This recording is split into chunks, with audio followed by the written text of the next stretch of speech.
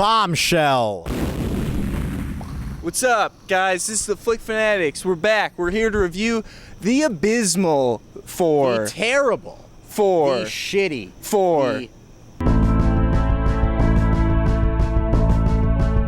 Preface. I'm sure you've seen the reviews. They're shit. People are like, oh, this movie fucking sucks.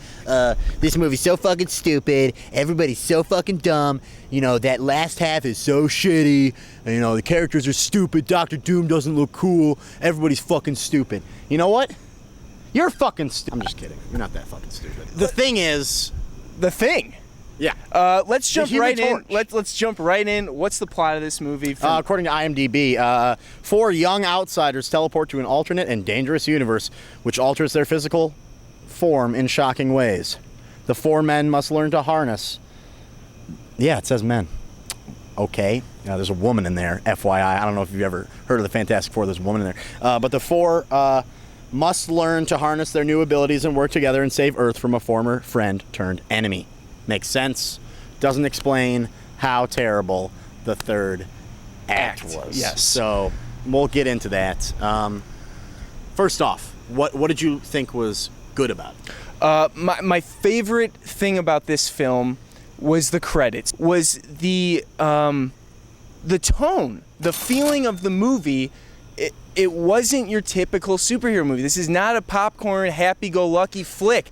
This is heads exploding, people getting, experimented on, torn apart kind of thing. Of a creepy, evil kind of way. I would even say like kind of sad, because it's what happens to these characters is not like cue the video from 2005 Fantastic Four like, ooh, I got powers, I'm a flame on. Cool. Like more along the lines of what the fuck just happened to me? Oh my fucking God, my life is ruined. I enjoyed that tone. It's a different take for the superhero genre, and I can appreciate that. However, not all of it works. But what did you like about it? I'm gonna second that. The tone? The tone is perfect. The tone is like exactly what personally I look for in a superhero movie. I base the good superhero movies, I base everything off of that. The Nolan Batmans, the tones, mind you, Man of Steel, things like that. Dark, evil. This one was more evil than even those. It was grungy and dirty and really gruesome, scary in a way. Yeah.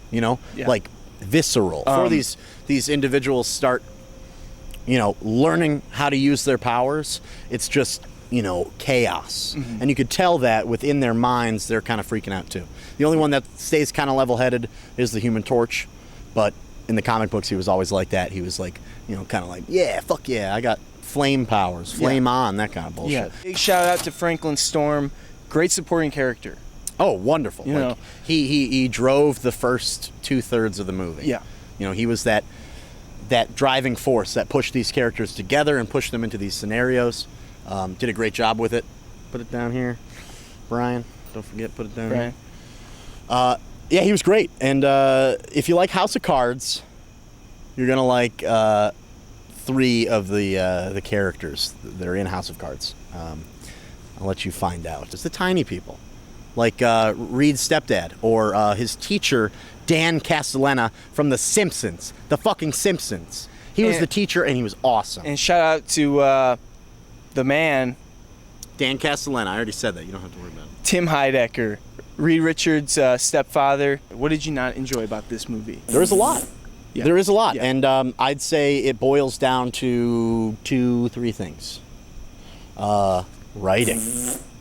Dialogue within the writing. Exposition. Third act exposition was shit. I could have written it. Oh no! Let's do this to stop this because he's about to do this. They explained every fucking process. The third act was, in my opinion, the weakest part of this film. It was rushed, the pace was very poor, and there was a lot of iffy dialogue, and it fizzled out. It wasn't a huge payoff. It was more of it fizzled out. Do something. Change it. Did you forget about it until like the last day or something? You could have fucking fixed that. It's not that hard. It was bad. The last act was just bad. What did you think of the villain? He's getting a lot of Negative press. Negative. I don't know. I liked him a lot. I thought his look was really cool. The way his suit fused with his flesh was super cool. It gave the mouth, you know, the details on the mouth and the head were just awesome. I thought he was cool. People were ragging on him big time. I thought his drive was there. He had a reason. They talked about like how he's kind of like that loner guy. He hates everybody, and he hates humanity. He doesn't trust a lot of people. You know, I don't want to jump to conclusions, but do you have a score for this, or what do you want to talk about anything else before that, or? I don't know. That's really all I got, honestly. Yeah, me too. Score-wise, why don't you go first? I don't believe that this movie is as bad as people are making it out to be. Fantastic Four, not great. 6.0 on the dot. It's passable. That's all right in my books. So it delivered. It's there. I'm gonna say 6.1, just to one-up this fucker right here. I thought it was great. I love the tone. I like the villain.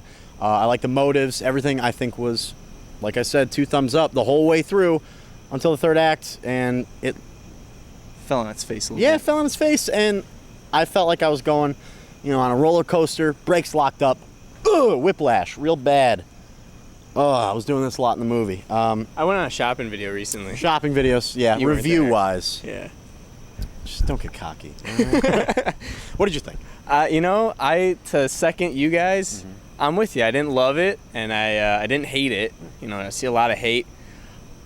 I can't believe some of you people out there say Batman and Robin is a better fucking movie than Fantastic Four. Go watch Batman and Robin again. You guys are fucking crazy. Like, seriously? Remember Arnold Schwarzenegger? Yeah. Yeah. Everybody in that movie fucking. No, I liked it. It's just they got a good origin going. It's just it's a hard franchise to do. You got these 4 heroes. We're doing an origin story again. You got Doom, also part of that story. And you got the whole interdimension stuff. Like Fantastic Four comics, like I've read a lot of them. This isn't like the comics in the tone, right? Like happy-go-lucky, but it's a more like what-if scenario, and I do enjoy that. It's like what you guys said, a lot of body horror like stuff. Like the Human Torch in the old films was happy when he got his powers, but like there was never any like, oh shit, like realization of that like stuff. What just happened? Right. So it's a hard franchise to tackle. There's a lot to do. I think like a good 40 extra minutes would have done this movie wonders. And it's not even the whole third act, but it's like the last 20 minutes. Yeah. So yeah, I just thought like it needed more development. Like all the pieces were there. Like and it had all this potential. It's just it needs to be worked more. Visual effects were good in some areas and okay in others. They weren't awful. 6.5. I'm gonna give it a solid D. I didn't love it. I mean, we're talking like high of it, but it is like it's not perfect by any means. Like I know we're talking but we don't want to talk about the cons too much.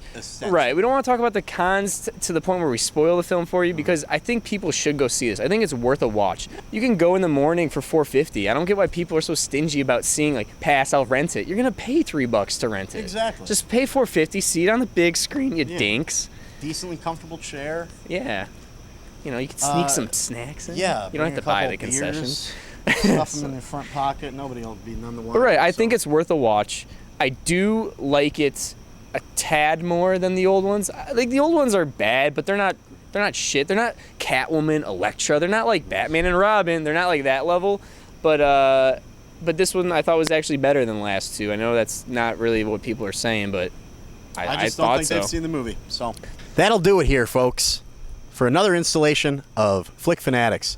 I'm your host, Jackson Turner. With me, as always, is my cohort. Here's our favorite scene from the new movie. Pass the mic.